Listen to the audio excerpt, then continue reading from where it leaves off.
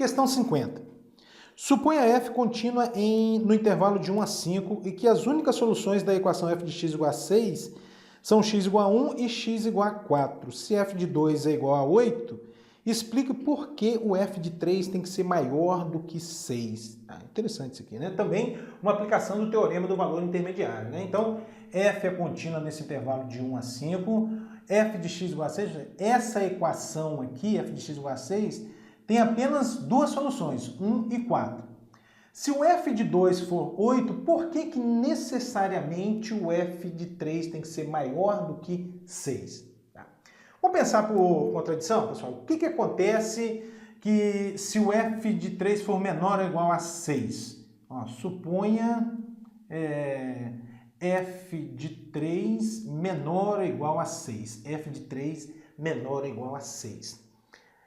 Bom, assim, olha o que vai acontecer, vê se você concorda comigo. Assim, o 6 pertence ao intervalo fechado que vai de f de 2 até f de 3, né? De f de 2 até f de 3. Não necessariamente aqui nessa ordem, né?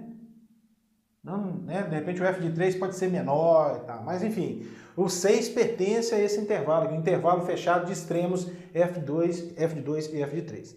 Como f é contínua, o teorema do valor intermediário garante que existe um x entre o intervalo 2 e 3, tal que o f de x é igual a 6.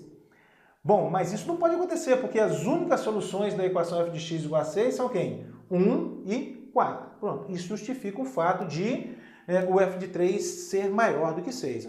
Assim, ó, isso justificando agora, 6 pertence a esse intervalo, e aí, como f é contínua, o teorema do valor intermediário garante que existe um C pertencente ao intervalo aí de 2 a 3, tal que o f de C é igual a 6. Um absurdo, né? Um absurdo.